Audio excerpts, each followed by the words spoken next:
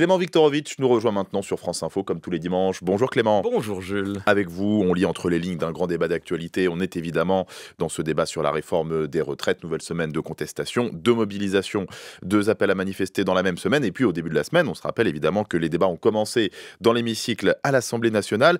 Ce qui vous donne l'occasion de répondre à cette question. Est-ce que la politique française s'est bordélisée ? Et oui, alors le mot bien sûr nous vient Jules de Gérald Darmanin, il y a 2 semaines dans une interview au Parisien aujourd'hui en France. Il accusait la NUP de vouloir bordéliser le pays, mais au-delà du registre de langue qui lui appartient, c'est une position assumée en réalité par toute une partie de la gauche. Marine Tondelier par exemple, la secrétaire nationale d'Europe Écologie Les Verts, disait vouloir transformer l'Assemblée nationale en ZAD. Et de fait, depuis lundi, c'est bien à un festival de huées, de cris et de claquements de pupitres que nous assistons. Donc l'Assemblée nationale s'est transformée en un grand bazar ? Oui, un sacré bazar, mais ce qui est intéressant, c'est qu'elle ne s'est pas transformée, elle l'a toujours été. La violence des débats parlementaires est documentée depuis la Troisième République. À l'échelle du temps long, c'est même plutôt un mouvement de pacification que l'on observe, puisque jusque récemment, les offenses commises à l'Assemblée avaient tendance à se régler dans le sang. Figurez-vous que le dernier duel répertorié en France est un duel entre 2 députés, c'était récemment, c'était en 1967 à l'épée, pour une insulte proférée dans l'hémicycle. Donc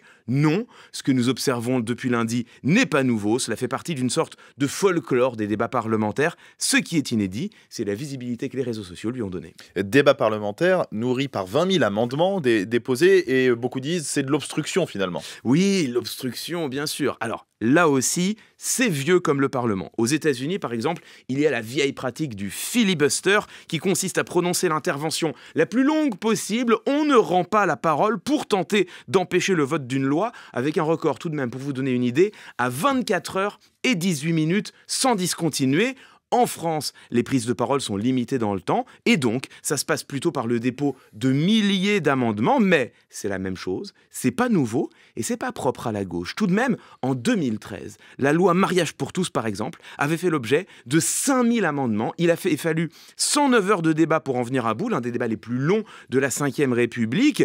Et parmi les députés UMP qui ferraillaient pour retarder l'adoption du texte, on trouvait un jeune élu éloquent que beaucoup avaient découvert à cette occasion, un certain Gérald Darmanin. Mais le plus intéressant dans cet exemple, c'est que c'est le président Hollande lui-même qui avait voulu que le débat dure aussi longtemps que nécessaire, parce que, figurez-vous que la réalité, aujourd'hui, en France, c'est qu'il n'y a plus d'obstruction parlementaire.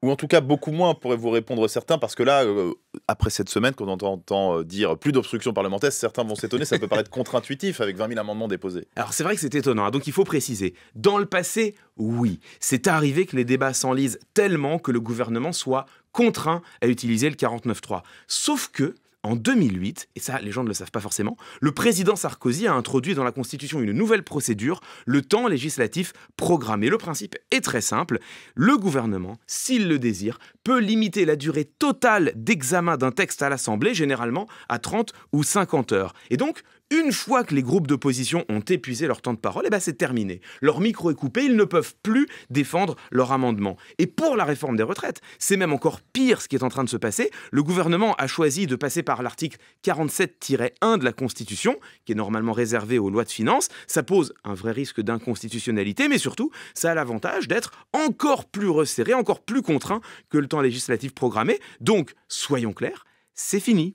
Il n'y a plus d'obstruction possible en France. Si le gouvernement l'exige, les débats se dérouleront en temps limité. Mais pourquoi dans ce cas-là déposer quand même 20 000 amendements, des milliers d'amendements ? Et oui, c'est un paradoxe qui s'explique pour 2 raisons. Une première raison qui est symbolique, ça permet d'envoyer un message de mobilisation auprès de ses électeurs. Bon, mais il y a aussi une deuxième raison qui est une raison stratégique. Ça permet aux groupes d'opposition de garder la maîtrise du tempo parlementaire. Ils peuvent immobiliser le débat sur un article en défendant tous leurs amendements, ou au contraire, retirer leurs amendements par bloc pour accélérer les débats jusqu'à une certaine mesure. Mais dans le fond, le nombre d'amendements déposés ne change rien, les groupes disposent d'un temps de parole, ils l'utilisent comme ils le veulent, et je ne vois pas bien comment on pourrait leur reprocher, et ça, Non seulement les ministres le savent, mais en plus, ils faisaient généralement la même chose quand ils étaient eux-mêmes députés. Donc aujourd'hui, quand on les entend se plaindre d'une prétendue obstruction qui immobilise les débats, c'est de la pure posture politicienne. Mais au final, n'est-ce pas un débat, un spectacle assez stérile auquel on aboutit? Oui, je comprends qu'on puisse avoir cette impression. Et c'est vrai que le spectacle de députés en train de s'égosiller au mieux, s'invectiver au pire, n'est pas vraiment conforme à l'idée qu'on se fait de la dignité de la fonction parlementaire.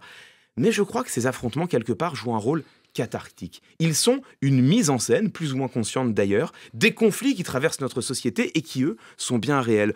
On peut tout à fait considérer qu'il vaut mieux que ces conflits s'expriment sous cette forme, fût-elle un peu théâtrale, plutôt que par d'autres voies. Et surtout, il ne faut pas oublier qu'entre les cris et les quolibets, il y a aussi des discours. L'Assemblée a le mérite de nous donner à voir des débats longs, extensifs, souvent exigeants, sur les grandes questions politiques. Alors oui, c'est vrai, bien sûr, il y a peu de chances que les députés et les ministres parviennent à se convaincre mutuellement, mais leurs échanges permettent aux citoyennes et citoyens qui le désirent d'avoir toutes les cartes en main pour se forger leur propre opinion politique. Ça, c'est ce qu'on appelle la fonction tribunicienne du Parlement, et tout de même, dans une démocratie représentative, il me semble que ça n'est pas la moindre des choses. Du tumulte à l'Assemblée, mais pas pour rien.